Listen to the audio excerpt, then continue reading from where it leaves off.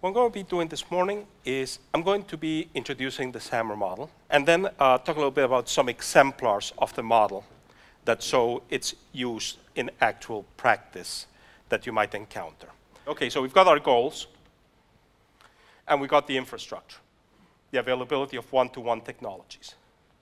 What lies between the two? Well, obviously you have to figure out the path to use these technologies in such a way as to accomplish these goals.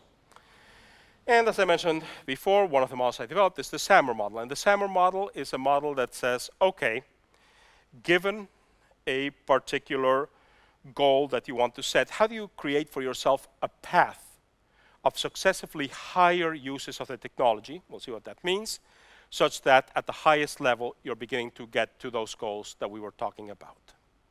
There's a couple of other models. I'll only touch on briefly on this one today. This is the Tpac model, and the Tpac model says how do technology, content, and pedagogical knowledge all interact with each other when you're designing a unit of instruction. How do you want to design a unit of instruction to make the best use of all three? And the third model, which I'll also talk about briefly today, is a model that's actually quite recent, which I nicknamed the first 200,000 years of educational technologies, which says there's thousands of technologies out there. How do you prioritize? How do you decide which technologies have the highest potential to introduce beneficial change into your classroom?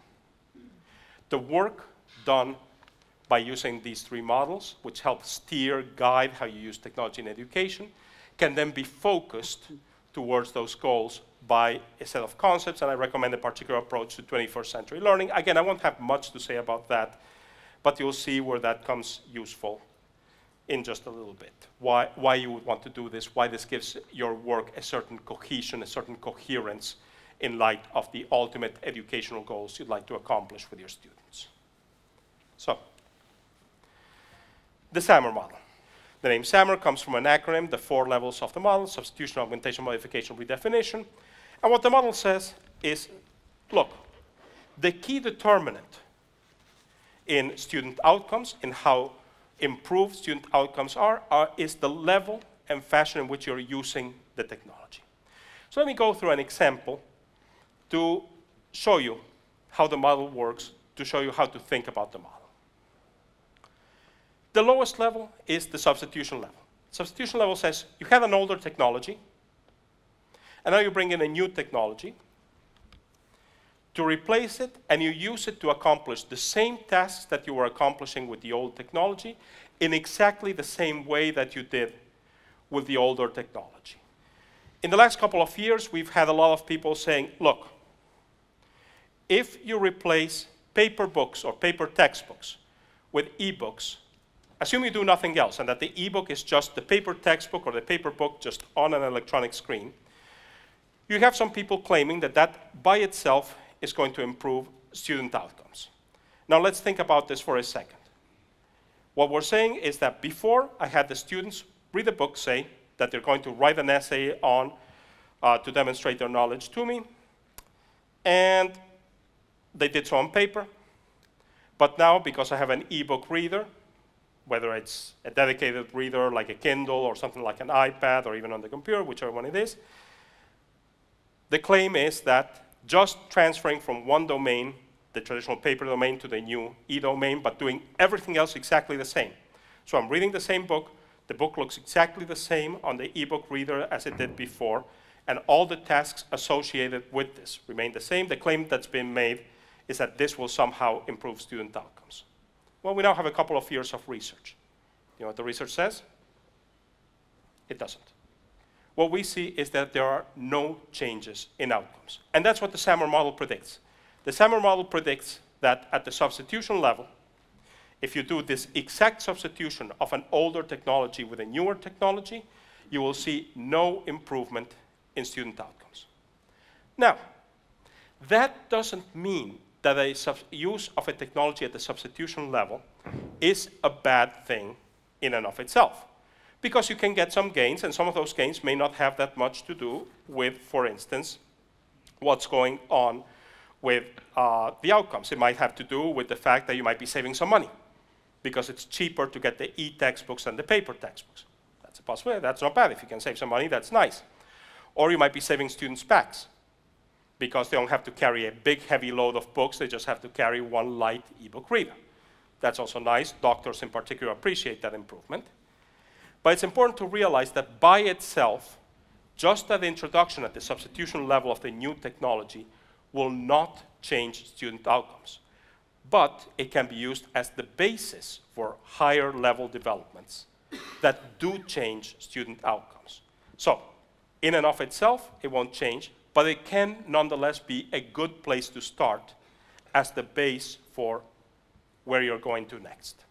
And where we're going to next is the next level, which is the augmentation level. At the augmentation level, you say, well, okay, I'm using the technology, and it's a direct substitute for the older technology.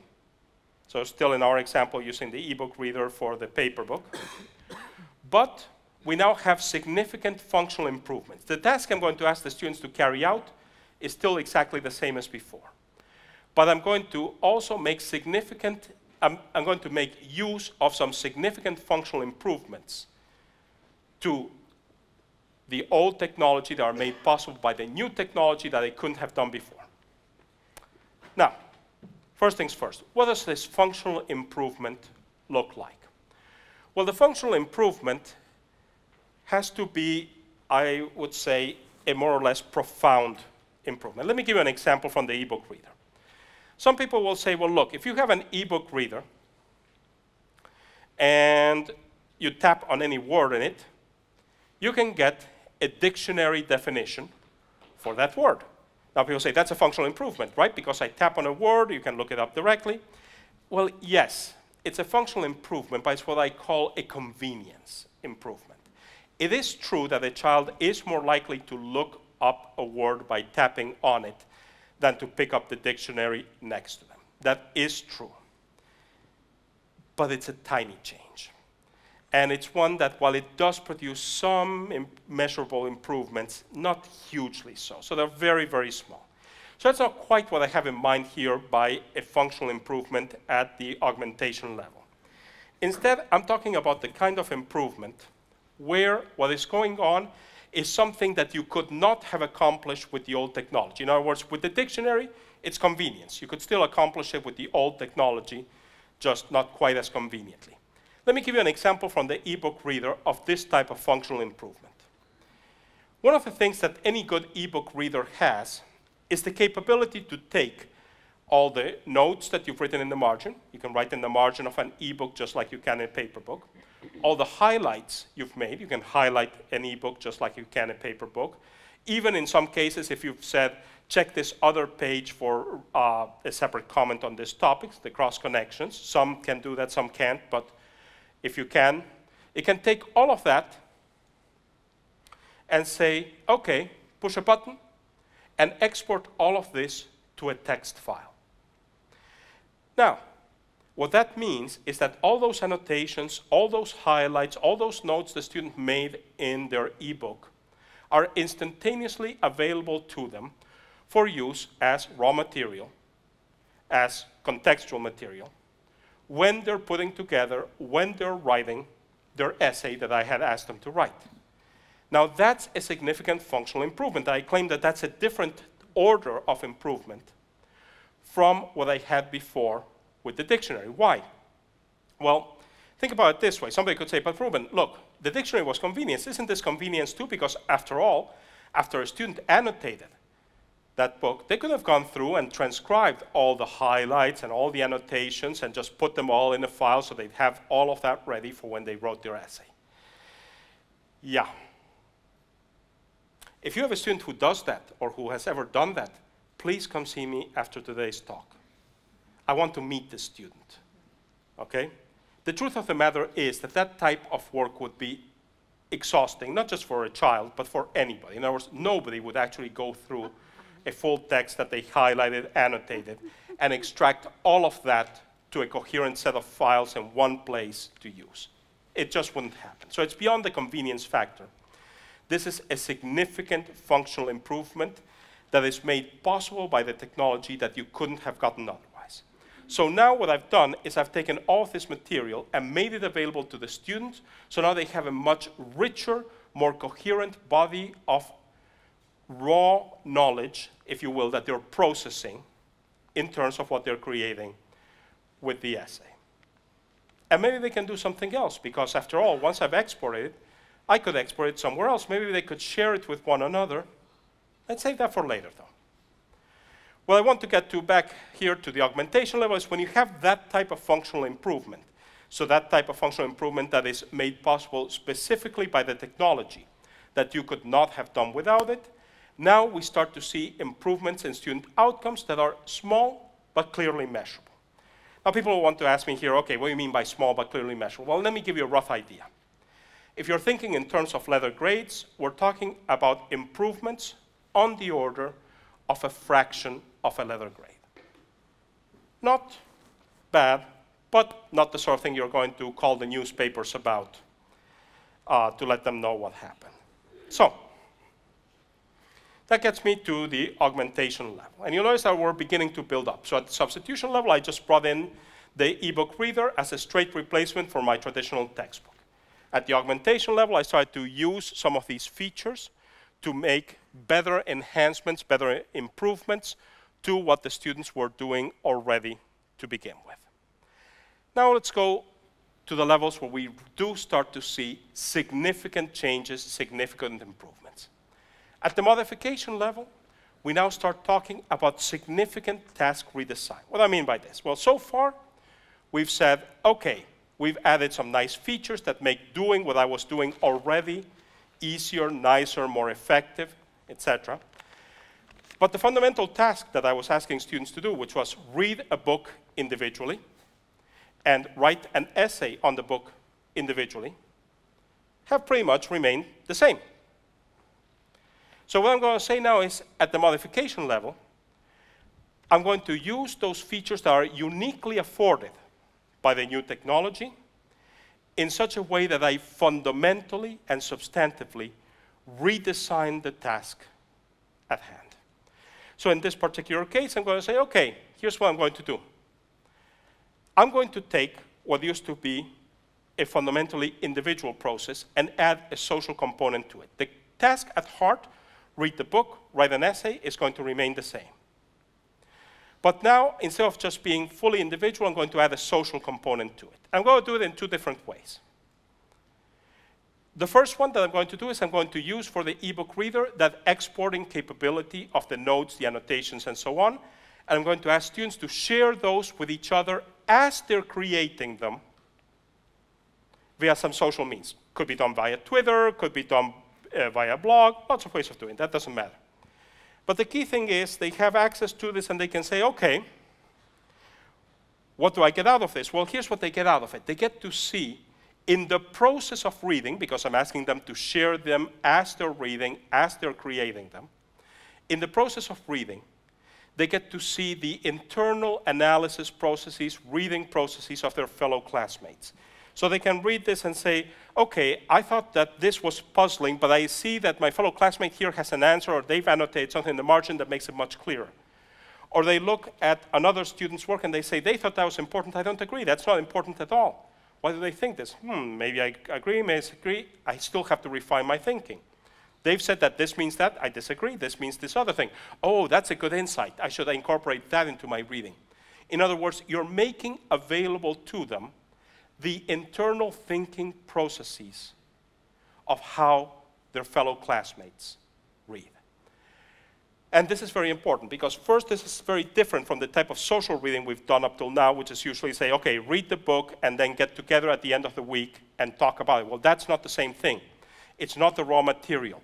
It's the distilled material, but it makes opaque the thinking process, etc., of each student. So you don't get what I'm talking about out of that.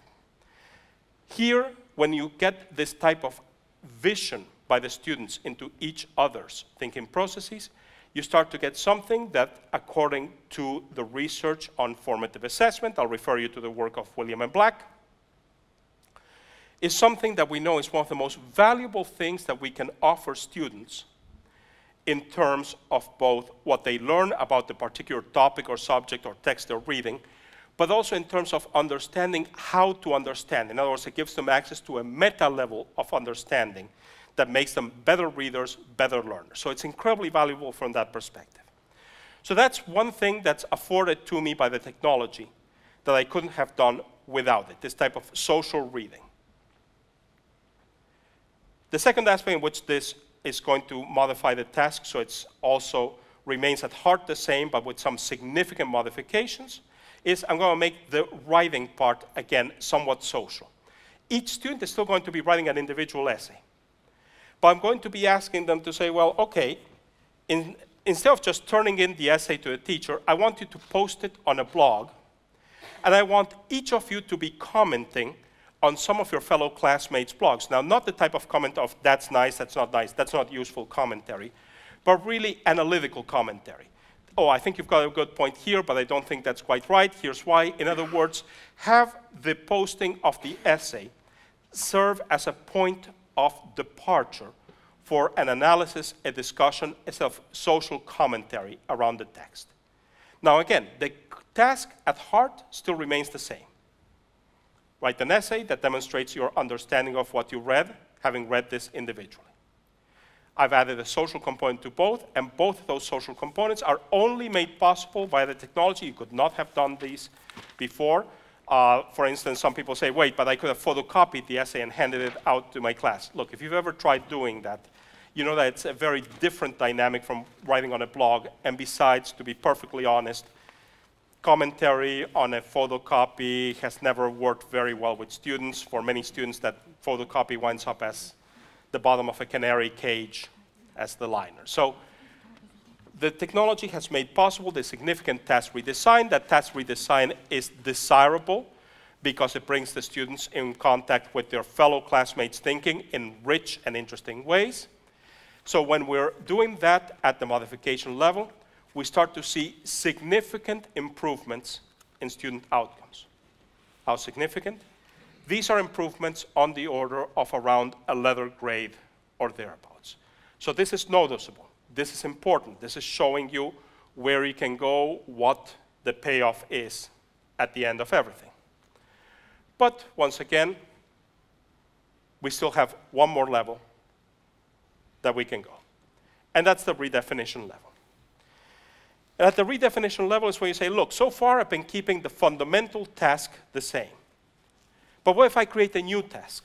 A task that is as good as or better than or gets to different things than the old task did, and is only made possible because I have the technology, because the technology allows me to do certain things.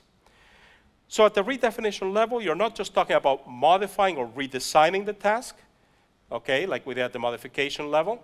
You're talking about creating a new task that would have been inconceivable without the technology. Okay, first things first. You're creating a new task here. One of the things I always point out when I get to this point is to say that because you've created a new task, the old task either has to go away completely or at the very least be significantly reduced in time and scope. Why? Well, it's very simple. Days have 24 hours.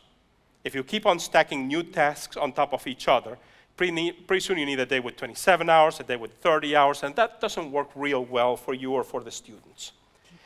And when people ask me, where do I see failure points sometimes, this is one of the most common failure points I see, where people say, well, I want to try something at the redefinition level, but I'm worried about it. So I'll play it safe. I'll keep the old task, and I'll add the new task to it. And you know what? Now you don't have time to do either task well, so suddenly everything fails. So you don't want to do that. When you go to the redefinition level and you create a new task, you have to decide what of the old task, if any, is to remain, and you definitely need to scale back on it to allow for the time that the new task is going to occupy. Let me give you an example then, using this ebook exemplar I've been working on, to show you what I mean here. So you're doing this and you say, fine, it's time to significantly not just change the task, but create a new task that accomplishes my educational goals. And here's what I'm going to do.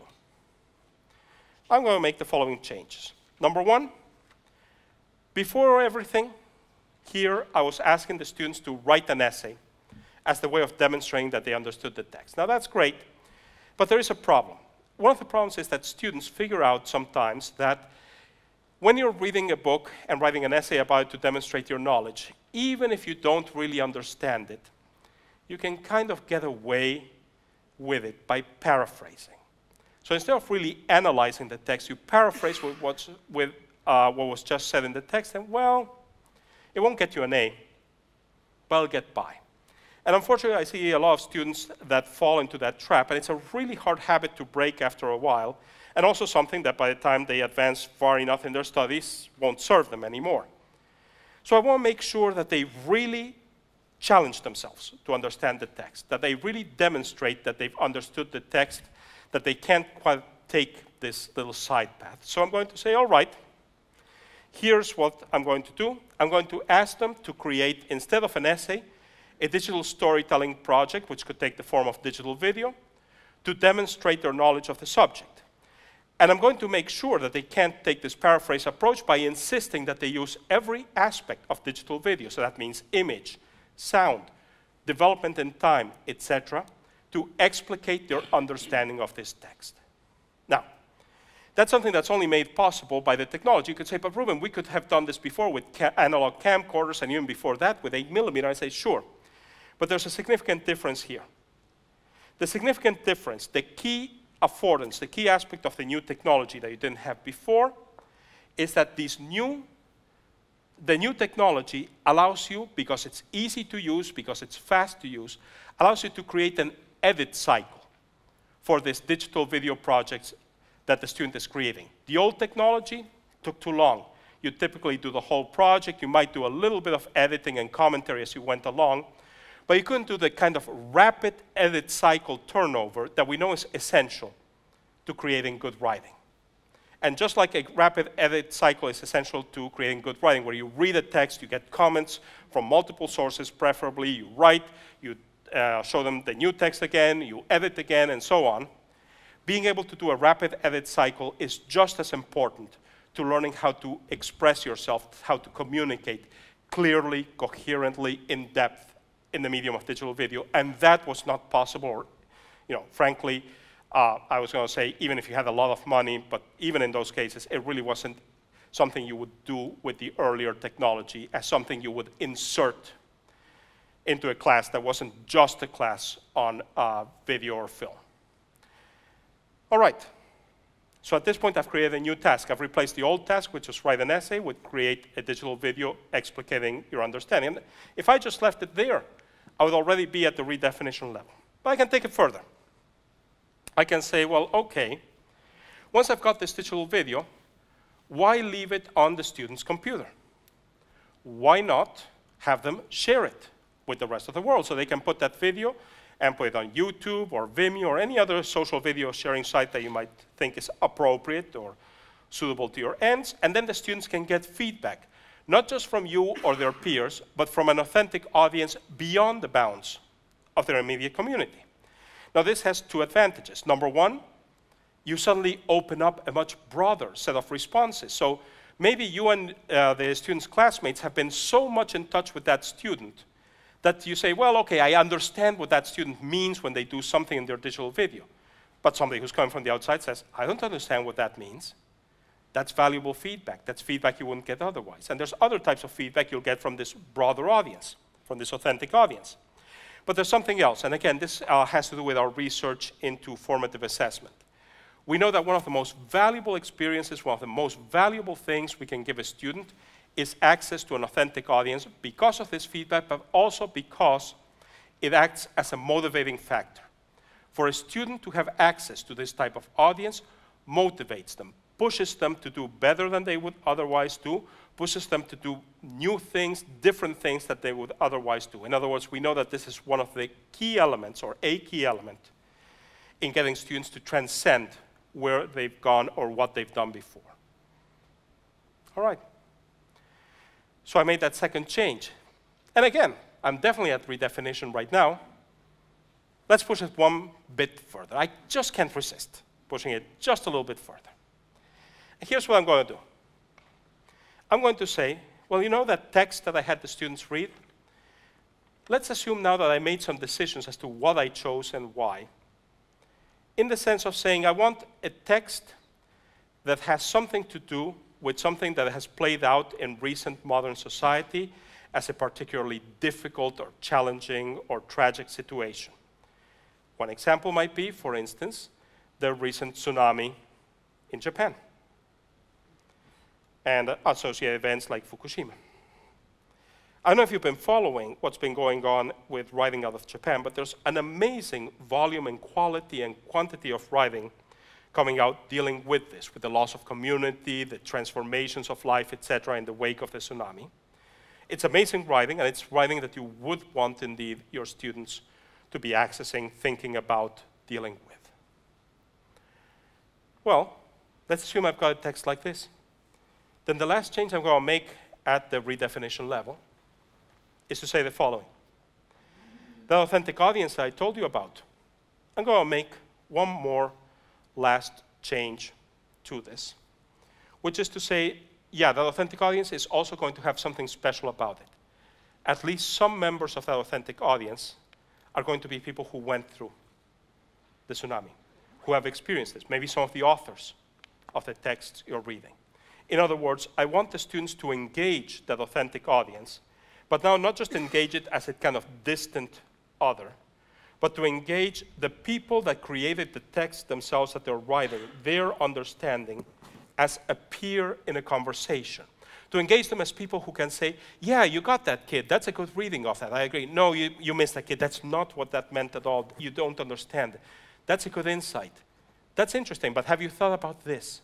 All these types of things, all this nuance, all this type of broad domain of understanding, of sharing with others, that can only happen when you have the person that is the other in the conversation being engaged, not as a distant other that you're saying something about, but they have no say in the matter, but rather as an other that is directly responsive to you, who is reading, or viewing in this case, I should say, what you've created, and has something to say about it that relates directly to their insights, to their experience, that you could not get otherwise. All right. So with all of this taken together, I'm definitely at the redefinition level. I've created a new task that was completely inconceivable without the technology, and I've further refined it, developed it in additional ways that would also be inconceivable without the technology, that allow me to say, okay, I now have something that satisfies a richer array of educational goals than I did before with the essay, that addresses some of the problems I saw with the essay, and as I said before, could only be done, could only be made possible via the technology. When you hit the redefinition level, you start to see really substantial changes, improvements in student outcomes. What's the scale? Well, here you're looking at roughly the magnitude of 2 letter grades or thereabouts. And let me translate that into other terms. When you're looking at that kind of improvement, you're saying that your failing students are now performing above average. And your students who are performing above average are now going into places, domains, ways of thinking, ways of creating that you've never seen a student do before or go before. That's the payoff. That's why the 2 higher levels, modification and redefinition, are where you want to go with education. Those are the levels at which you achieve the goals of that earlier research I was talking about before. Now, I want to emphasize that I've described the process quite deliberately as a ladder. You don't have to shoot directly for, okay, I've never done this before, but I'm going to change everything so I go straight to the redefinition level. I'm not sure, frankly, that I recommend that even, because you can take a much more measured, much more, shall we say, staged process that allows you to make the best use of your strengths at every stage of the game. So you start substitution. You say, I know already how to do this. I'm just going to replace my old technology with the new technology. But I already have teaching practices that work pretty well up till now. Well, I can use them to help me access this, become more familiar with the technology, and so on. And maybe I'll build in some of these nice features at the augmentation level that allow me to functionally improve the tasks I was already assigning or working with my students on. Once you've got that, you say, well, now let me start changing that task, start to see how to modify it, get it to go in directions that I hadn't gone before in terms of pedagogy, in terms of education, but still remain in the same task at heart because it still is closer to what I'm doing. Now you're at the modification level. And once you're comfortable with that, then you say, you know what, I'm ready to now take a big leap and create a whole new task, just replace a whole chunk of what I was doing with this whole new set of tasks, and then you've made it to the redefinition level. That whole process need not take place in an hour or a day or a week or a month. You might be looking at saying, well, in the first year of your using the technology, you're mostly operating at the first 2 levels. The next year, maybe you get to modification, and then either later that year or the year after that, you get to redefinition. The key thing is, though, that this gives you a process, it gives you a ladder for getting there. Because it's important that you take the time you need to get there. But it's also important that you not just stay at the lower levels. In other words, you do want to get to redefinition, but SAMR gives you a ladder, a process to get there. So you start where you're comfortable with the idea that eventually, hopefully sooner, but rather than later, but nonetheless, at a pace that makes sense to you and your students, you will get to the redefinition level, because that's where the big payoff, that's where the big changes occur. All right, that's SAMR. We're going to have a question and answer period after Christina has spoken, so I'll be happy to answer more questions about the model then. But let me briefly touch upon the other models that I mentioned before. Tpac says something very straightforward. This is the work of Mishra and Kohler. And Mishra and Kohler said, what is it that makes the best way to approach the design of a unit of instruction? What they found is it works best if you don't focus on any one of these, whether it's content, pedagogy, or technology, by itself, and then do the entire design based around one, and then bring in the others. They said what works best is to be thinking about content, pedagogy, and technology, all at the same time, or roughly so. So if you're designing a unit of instruction, you might say, well, what's the content I want to teach? And you kind of design roughly what some of that might look like. But before you go too far with that, you say, okay, so what pedagogy would be appropriate to teach this unit of content? And you start changing, modifying, defining roughly what that teaching unit will look like. But before you solidify that, before you start writing out, okay, these are the exercises, these are the steps, et cetera, you say, before going any further, let me look at what technologies would be useful, would be applicable, would allow me to build a full coherent ensemble here. Okay? And then you do that, and you say, well, because I realized that this technology would help, let's say I decide, I don't know, to bring blogs or whatever it is into a class, maybe I should change the pedagogical approach a little bit. So you go back and you change it, saying maybe that in turn suggests that I should focus a little bit differently on some areas of content, or omit this area but bring this other one instead because it'll work better, and so on. That's essentially the Tpac approach. It says think of technology, pedagogy, and content not as things that are hierarchical. Some people would say, well, do the content, finish everything with content, then finish everything with pedagogy, then finish everything with technology. They say that doesn't work very well. Instead, think of all three of these as peers to each other and make your design process reflect this, where all of them are plastic and be brought in at different points, and you can see one influencing the other as an integral part of your course design process. There's much more that can be done with Tpac. I won't have time, unfortunately, to talk about it today.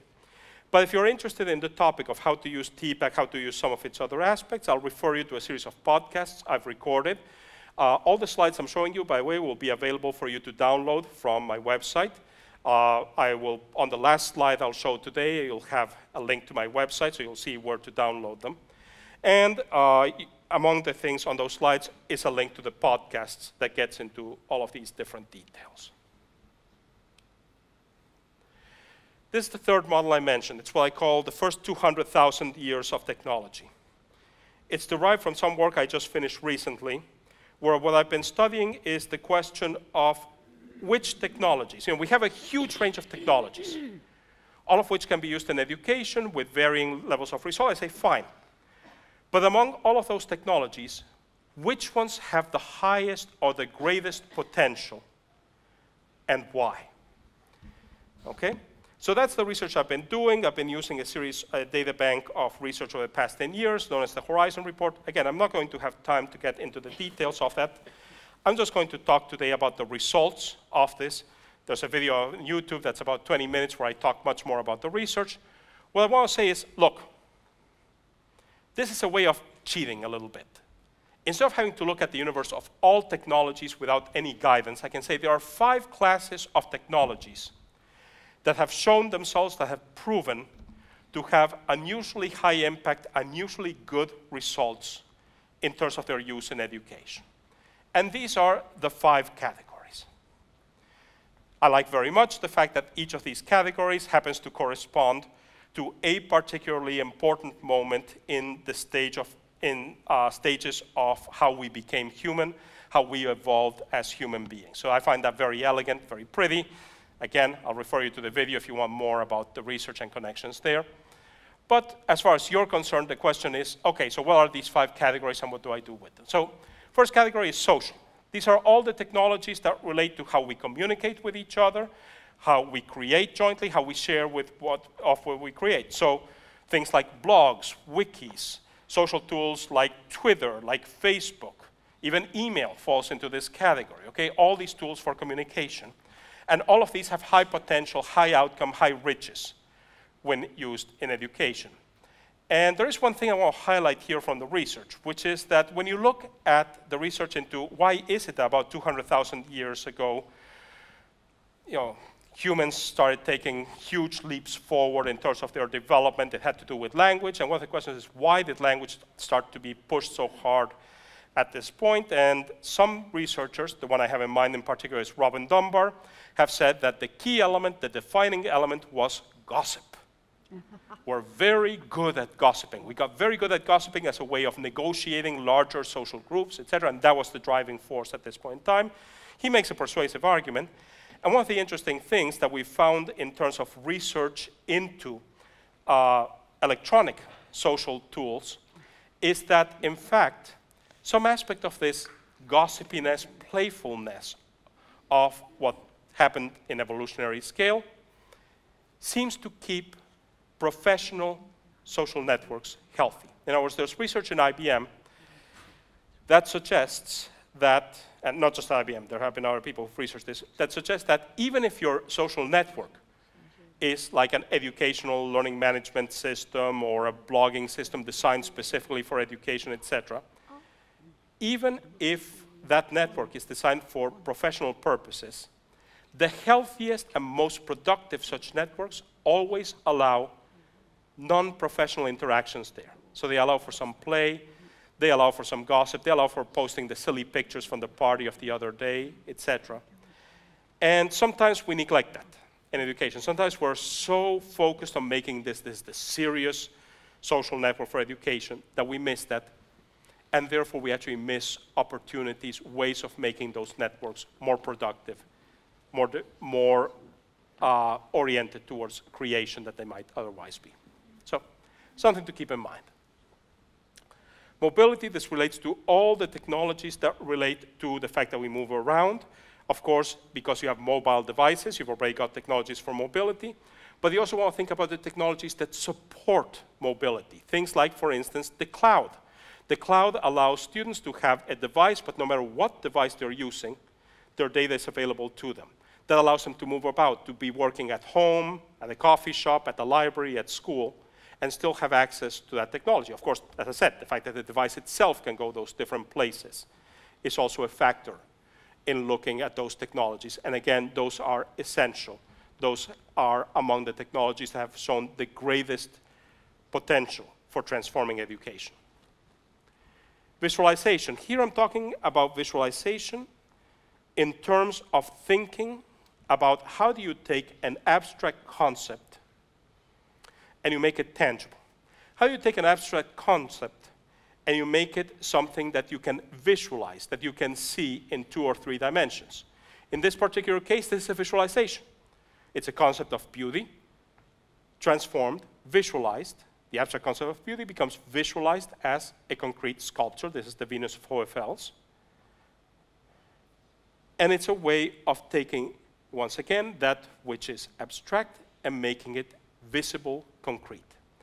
Any technology that you can use to do this in education tends to have high payoffs.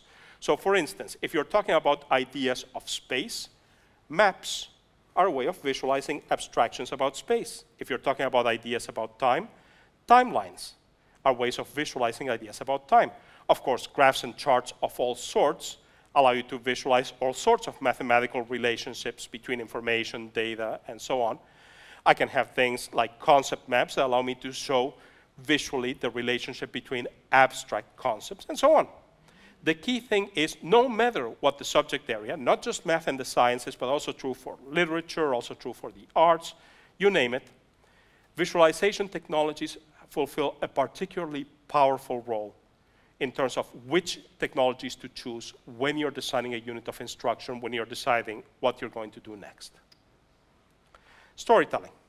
Storytelling here, I'm not referring to just generic storytelling, I'm referring more concretely to the type of storytelling that becomes embodied in concrete objects. The reason I have here a picture of Lascaux is because the Cave of Lascaux is not just a story told in a picture on a wall. The story also involves the actual physical space of the cave. As you're following the story of a hunt, there are cues to tell you how the night is progressing. There's amazing detail in terms of how the storytellers were telling the progression of the story, but the story ends, I hate to give away the ending, badly, okay? That's the ending right here. The leader is gored by an auroch, dies, and that ending is in the hardest part to get to of the cave. In other words, as the hunt has become more difficult, more hazardous, so has your traverse through this cave. Well, this type of embodied storytelling finds its counterpart in terms of digital storytelling, which allows us to bring together all sorts of media, image, sound, video, interaction, text, etc., to tell a story. So any time that we can couch, as I did in my exemplar, some of what students are doing, creating in terms of digital storytelling techniques, you tend to have high payoffs in terms of what happens with education. Last, but far from least, gaming, most recent. Now, one of the things about gaming is that artifacts may not survive that refer to gaming older than about 8,000 years. But from about 8,000 years, we have artifacts from at least two types of games. These artifacts here, which are called tabas, which are an early form of dice. I know they're cow vertebrae, but that's what you do. You toss them as you would dice. The game is still played today, by the way, in some parts of the world. The other game that's about equally old that we have some boards for is Mancala. So we know we've been playing games for about 8,000 years. We're actually very good at playing games. Now, we could get into a question of the definition of game, etc. For the purposes of what I'm talking about, what I have to say today, all right, I'm going to define a game as any form of activity in which you take either something that's a visualization or a narrative of some sort, a storytelling approach, and you add one thing to it. And the thing that you add to it is that you add that the person that is either listening or reading or whatever the narrative or interacting with the visualization takes a stake in it. To put it concretely, it becomes part of something where, for instance, if it's a narrative, they can steer it so that they win the game. They say, I want the story to go in this direction. The story could go in many directions, but they want to figure out the rules, so to speak, that make the story go in one direction. And the same thing with visualization. So let me give you an example. Suppose that you have a student in a course dealing with urbanism. Now, lots of things about urbanism, it's complex, etc., but we can get lots of data about cities, and we can create models of cities that work pretty well. The systems group at MIT, Jay Forrester's group, has done a lot of work in this regard, but if I just give you the tables of numbers and the equations, it's really hard to make sense, head or tail, of what's going on. So one of the things you can do is you can construct a visualization. So suddenly those tables of numbers and those equations become visualizable. So you can see what's interacting with what and how. And that's great. But you can take it a step further. Because you can say, well, what if, instead of just having the students look at the simulation, I say, now, here's a game. The game is make the wealthiest city out of all of the cities. Or make the healthiest city. Or make the biggest city. Whichever one of these, you've suddenly taken what was just a simulation, and you've said, but to win it, you need to make this kind of city. At that point, you've taken what was just a visualization of what you had in the simulation before, and changed it into a game. And you know what? We know that it gives us good results because we've actually done this. That game is called Simcity. Simcity is nothing more than a game that's built on top of a visualization, that's built on top of Jay Forrester's group's models for how cities work. Well, we've tried this with students, and we know that when students just get the equations, they don't get much out of it. Add a visualization to this, they start getting a lot, they start to understand what's going on. Put a game in there, so they have to figure out what the rules are so they can beat the game. Now they really are engaged. All right, so those are the 5 technologies. As I said before, this acts like a cheat sheet. You're saying, I've got thousands of technology to choose from for the unit of instruction I'm designing, but instead of just looking at all 1,000 in an unstructured fashion, I can say, well, which of these categories seems like it would have tools that would help me? And then I build out from there. That doesn't mean, by the way, that if you have a technology and it's not on this chart somehow, you should just go ahead and give it up. What it means is that you say, well, I can start here and then build out from there if I need something else. All right, I'm almost done here. I'm just going to show you one last slide very quickly. And that's a 21st century slide. And all I wanted to say about this is to say that when you're thinking about your ultimate goals, we're thinking about saying, okay, I have all of this. I now know, use the SAMR model and those other 2 models to shape the use to get to the goals I want to get to. One of the questions that you can ask for is, okay, but focus. What should be in there? What key elements should be part of the mix? And one of the things that I find works very well as saying, okay, what key elements you want to have in there to focus, make coherent the work you're developing, not just with yourself, but with your fellow teachers, with the overall structure of student education, is to use 21st century learning principles. Now, Sweden, of course, has its own official list of these principles, and that's great. So does the European community, so do other groups around the world. Well, you could just decide to stay with nothing more than the local option, but I find it helps if you can take a step back and say, what do all of these listings have in common as the tool for building what you're doing? And that's what this slide represents. This is work done by Mishra and Karelwik. Yes, same Mishra as in the Tpac model. And what it says is, look, if you look at what all of these different models for 21st century learning have in common, you can build it out to just 3 major categories: foundational knowledge, meta-knowledge, and humanistic knowledge. And then each of these has 3 subcategories. And I say that's pretty much all that they have in common. So I'm not going to go through each of these. You know, there's not much point to it. You can read the paper, you can look at this. I just want to present you with this, and as I said before, you'll be able to download the slides. So as you're thinking about what you might build, as you're thinking about what you might construct, you can look at this and say, all right, how am I going to build in some of these different aspects in here? How will knowing that these different elements, which are now abstracted from the concrete, from the more detailed versions of 21st century learning's list, how will I build these into the shape, into those aspects that I find desirable to construct into the matrix of what it is I'm doing? Okay. At this point, I'm going to stop so that Christina can go ahead. I'm just going to, one thing very quickly put on screen so you can see this. We'll put it again, I think, at the end. But as I mentioned before, all of these slides will be available to you. In the Q&A period, we may look at other exemplars of SAMR according to what questions people have. And definitely there are more exemplars that are going to be available for you to download, and you can get that from my blog, which is at this location. And here's my email address if you'd like to email me. And if you follow me on Twitter, okay, when the slides are up, I'm just going to post a little tweet, and then you'll be able to download everything.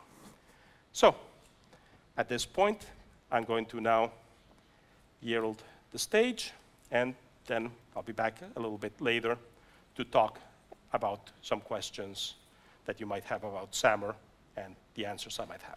So, thank you.